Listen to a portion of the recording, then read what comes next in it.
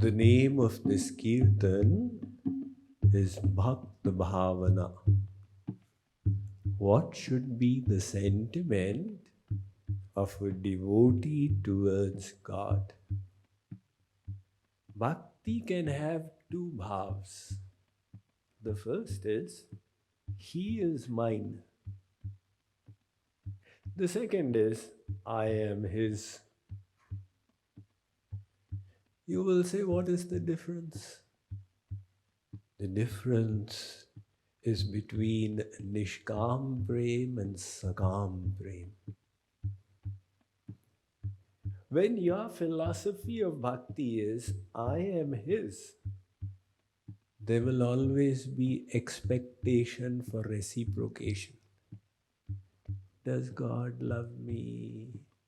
Does Guru love me? He doesn't love me as much as he loves other people. This is selfish bhakti. And when your bhakti bhav is, he is mine, there is no expectation. Like the mother loves the child.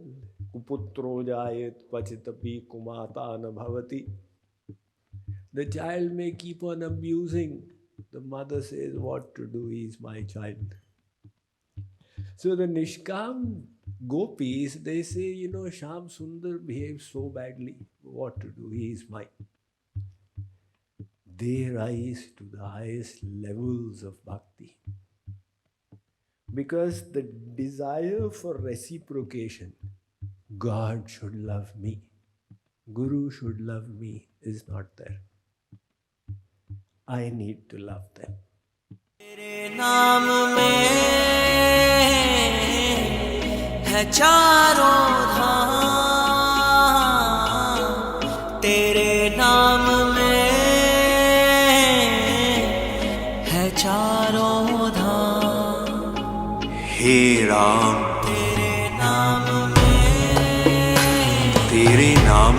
है चारों